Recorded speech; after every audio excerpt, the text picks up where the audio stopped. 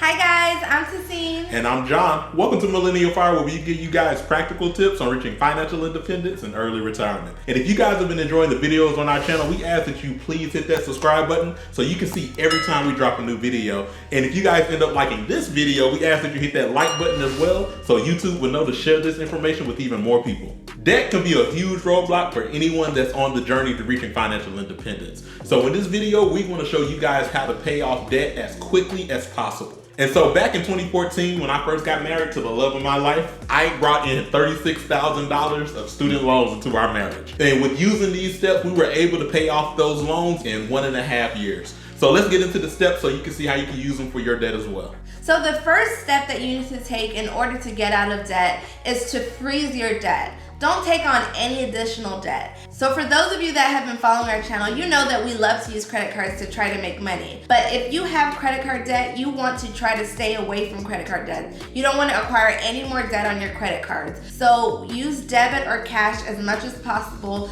to make the purchases that you need to make. Additionally, don't take on any other loans. So don't get a new car loan, don't get a new cell phone loan. Make sure that you're only spending money on the things that you need and you're not taking on any additional debt while you're trying to get out of the debt that you're already in. So after you've successfully frozen your debt, it's time for step number 2, and that's identifying your debt. And this comes in 2 parts. The first part is pulling your annual credit report. So you can go to annualcreditreport.com to get a free credit report from the 3 bureaus, and that's TransUnion, Equifax, and Experian. So with this site, you can get a free credit report every week. It used to be every year, but in the COVID times, they allow us to get a free credit report every week to keep a close eye on all of our open credit accounts. And so as you see here, it's as simple as going to the site, clicking on Get Credit Report, and entering a bit of information. Once you verify that information, you'll be able to pull the credit report from either of the 3 bureaus. If it seems a bit overwhelming to pull from all 3 of them, we recommend that you at least pull from Equifax,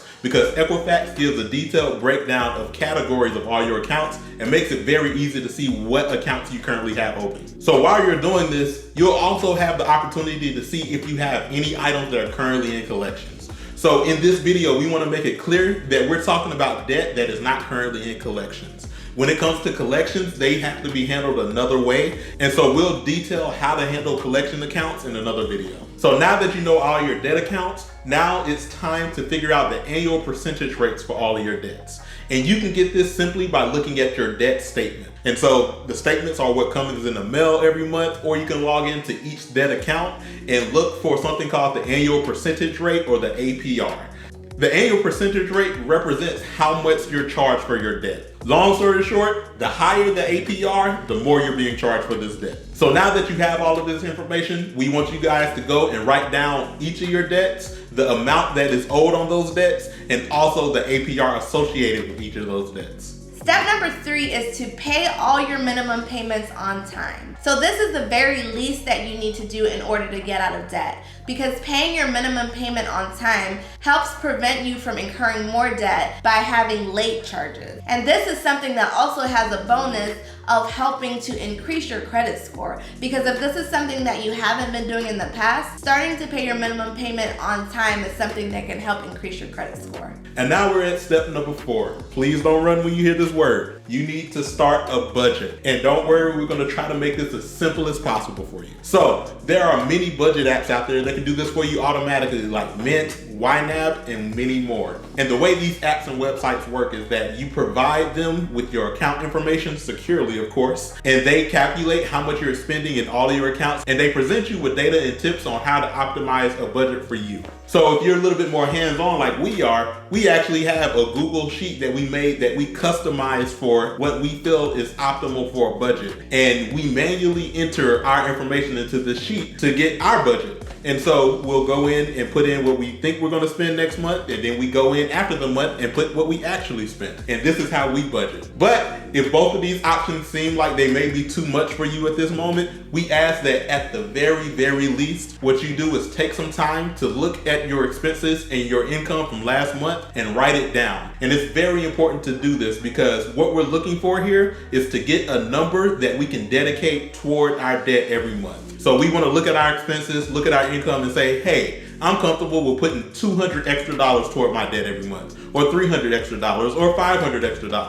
And even if it's as small as $50, at least you're doing something to accelerate your debt. And so this is a very important number to have for the steps that are coming. And while we're talking about budgeting, we have a bonus tip, and that is to increase your income as much as possible and decrease your expenses as much as possible, and so that you can optimize how much money you have left over at the end of every month. And this is something that applies to paying off your debt, but even after your debt is taken care of, this is something that will catapult you into your financial independence goals by being able to allow you to invest more money into real estate or whatever your investment of choice is to help you reach your financial independence goals. So for some examples on how to do this, when you want to increase your income, you can work some overtime, take up a side job, drive Uber, rake some leaves, mow some lawns. And when you want to decrease your expenses, look at those things that you don't really need while you're in this mode of wanting to get your debt paid off.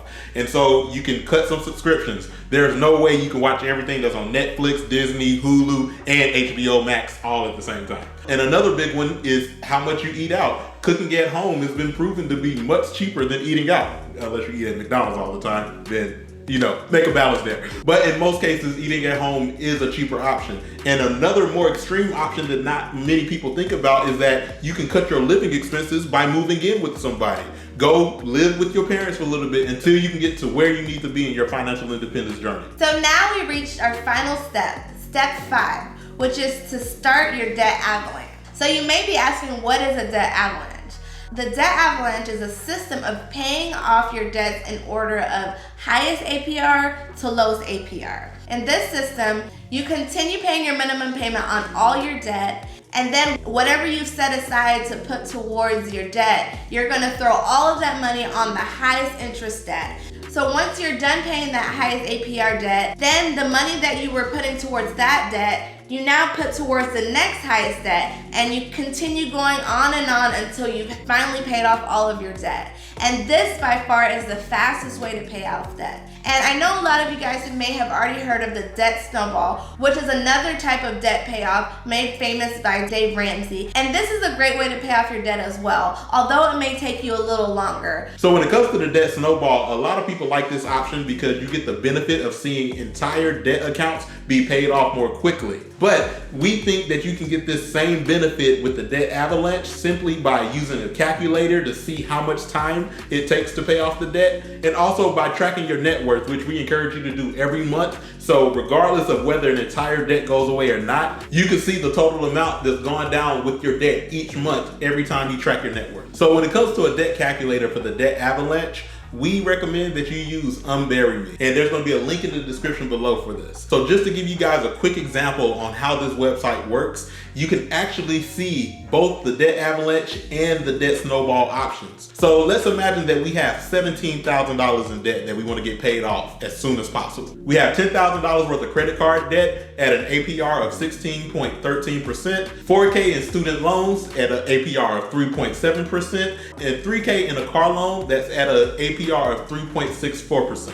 And in this example, these APRs are from what you typically see for these types of accounts. If we start our minimum payment at $250 a month, in this specific scenario, this is just the minimum payments to make sure that all those accounts are being paid. With the debt avalanche, you'll see that it will take 8 years and 10 months, and it'll be a total of $10,360.85 of interest that you'll pay. But if we click over to the debt snowball, we'll see that it takes 11 years, and instead you'll pay $16,974.16.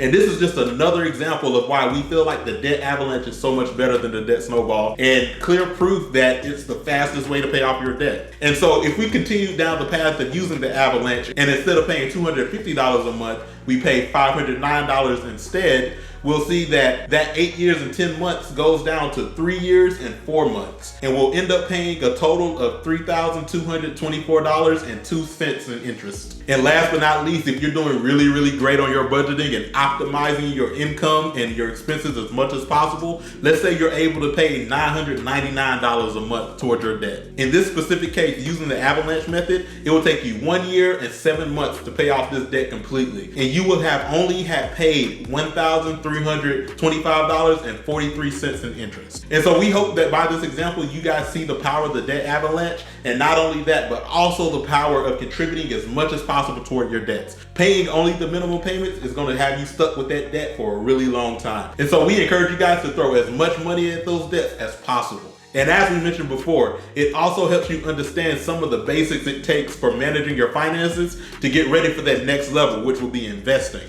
And so we hope that you guys enjoyed this video. Please let us know if you have any questions. We're happy to go into detail on anything we covered. If you guys enjoyed this video, we ask that you please hit that like button for us because it really helps us out. And we want to hear your debt stories and your debt successes. So if you're on a debt journey, we want to hear how these things are going for you and if any of these tips help you out. And so until next time, we'll see you guys.